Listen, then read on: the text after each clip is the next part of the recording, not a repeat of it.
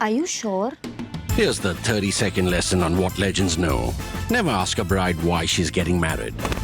Don't wear a skirt on a windy day. Deodorant is not a shower. Don't sniff chili flakes. And don't forget, saving is not investing. Legends don't just save, they invest in mutual funds.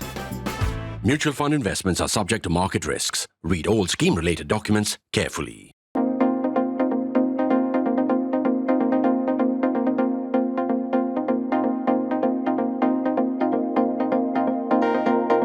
An apparition has stalked the Congress party for nearly 4 decades now, in the process of diminishing it from 414 seats, that was 1984, in the Lok Sabha to 52 now, 52 in 2019, which was an improvement over 44 in 2014.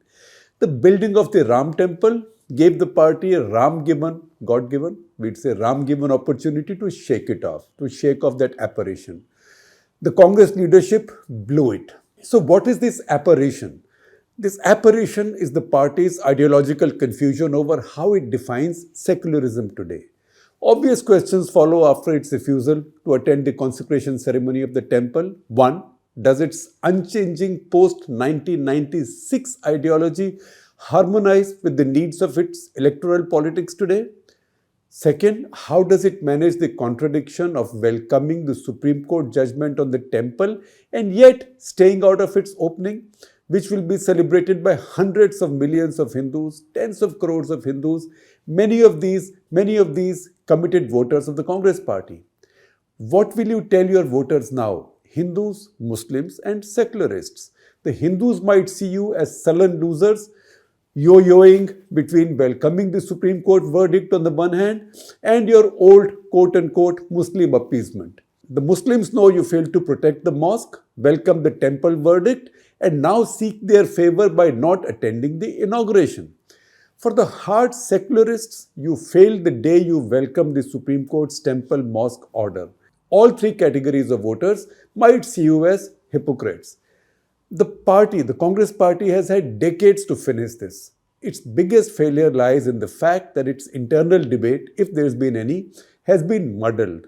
For all these decades, the party has been waiting like the hapless pigeon sitting with its eyes shut, hoping the cat will not see it. Just because the pigeon can't see the pigeon thinks the cat can't see it.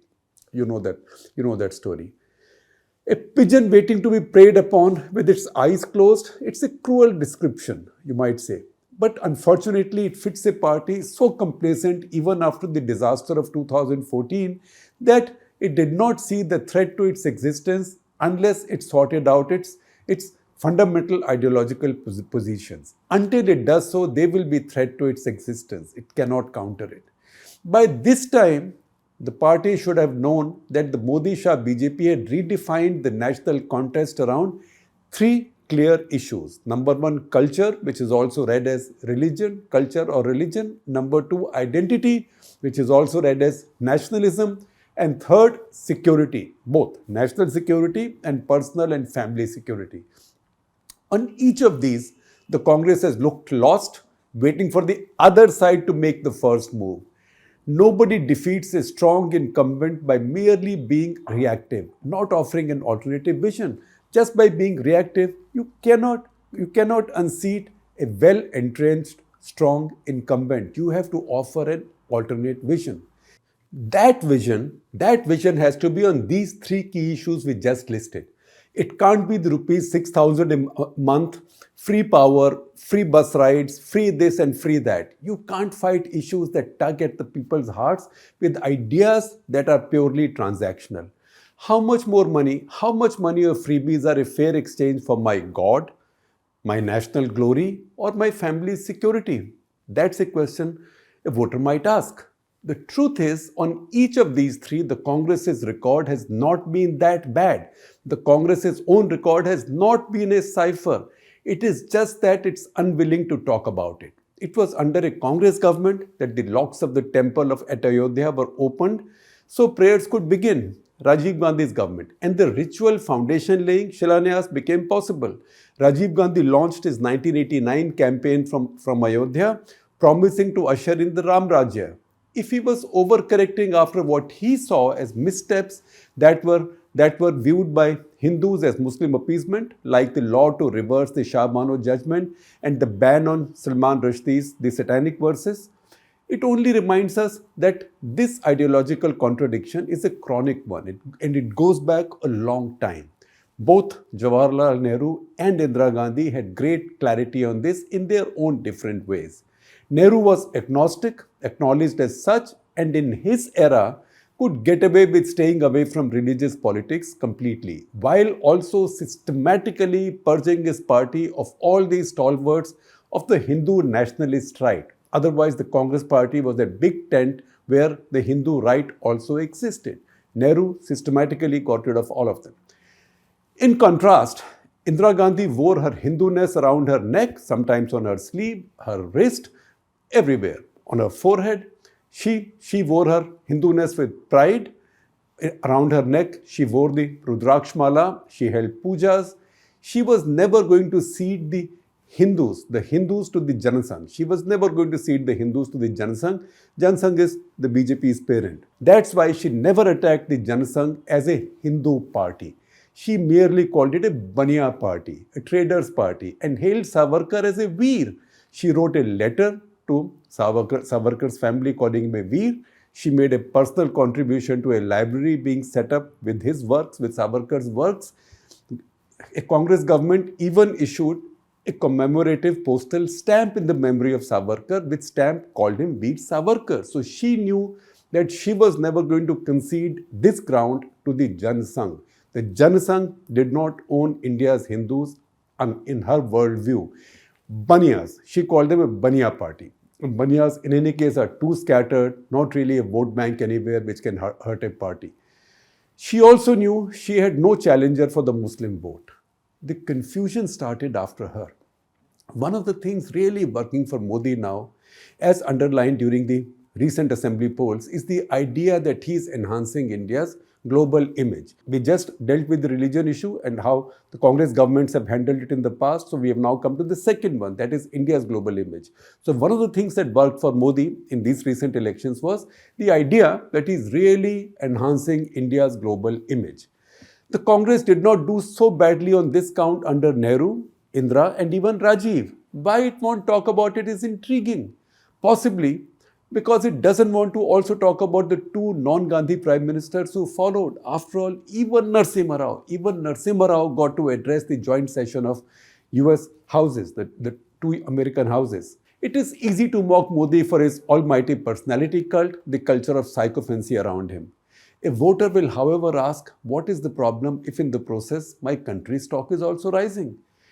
Do you have an alternative that might work even better? That's the question the voter will ask you. Voters need alternatives, new ideas. The voter will not vote against somebody they voted into power. They will not vote against that leader just because you have scorn over him. You offer him a better idea. You offer him or her a better idea.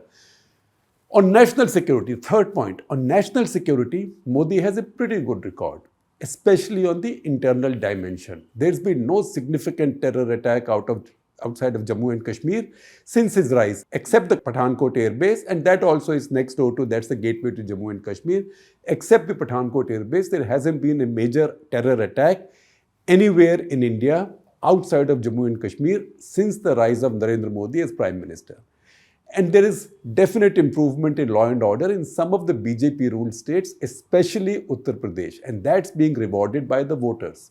That is where the security of my family comes in, because the voter is also looking at the security of their families. That is also a line that Modi had used often in Gujarat, that all of whatever anybody says to you is fine, but do you think that your family members coming home late evenings are safe? So family security is an important thing. The Congress, however, is not even willing to say how firmly, even brutally, its governments have put down challenges to internal security. And I'm not going as far back as Indira Gandhi even. One challenge the Congress faces is that it would involve praising P.V. Narasimha Rao, who inherited the Kashmiri and Punjab Sikh separatist insurgencies at their peak and crushed them within 1991 to 1993. People give him credit for economic reform, but people forget that in the same years, he also fought quite I'm again using that expression very carefully and very deliberately and cautiously and with some degree of equanimity. He crushed them and he fought them with a degree of brutality between 1991 1993. This Congress does not even make enough room for Rajiv Gandhi's successes. Forget Narasimha Rao. This Congress does not even make room for Rajiv Gandhi's successes in Assam, Mizoram, and the near success in Punjab with the accord is signed with Sant Harchand Singh Longowal. Now, who was Longowal? Who was he, you might ask? If you are a Congress voter or a well-wisher, you might wish to Google, because the party leaders won't tell you. They've forgotten all of that. For reasons I have never been able to understand, the Rajiv era is marked by the same forgetfulness they deserve for both Rao and Manmohan Singh. I can't understand why. Or they would be telling you all the time how the national growth rate was higher under these governments than in the past 9 years. They won't tell you. At least they won't tell you often enough or forcefully enough. The Congress, therefore, is beset with several contradictions. Who does it want to invoke from its past and who does it want to denounce? Where does it stand on Kashmir and on the issue of Article 370? Does it accept the changes that the Modi government made, or will it reverse them if elected to power? All of these are important, but the most critical is where do they stand on the temple, by implication on Lord Ram? Wouldn't it be better to join these celebrations with the vast Hindu majority, while at the same time criticizing Modi/BJP/RSS for politicizing it? It wouldn't be the perfect option, but enormously better than looking like that one proverbial thin-skinned, fretful uncle, Poopaji as we say in Hindi, that fretful uncle who throws a tantrum at every wedding. As we say in Hindi, हर शादी में, हर बारात में एक फूफा जी होते हैं जो मुंह फुला के बैठे होते हैं. There is always that fretful uncle who's sitting in a corner with a swollen face because his ego is hurt about something. That said, a small announcement for you. You might have noticed that occasionally I record videos and I share them with you about personalities I might have met, I might have reported on, I might have interviewed, I might have known. These are all interesting, significant, important personalities of our times and our era.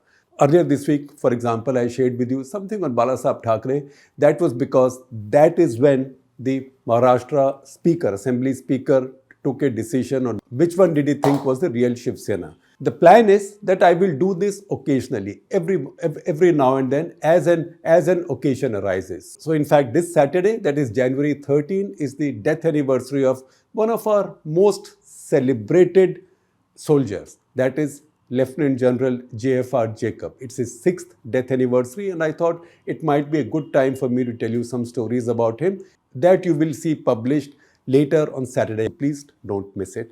And there will be more such coming up every now and then, and I will keep alerting you.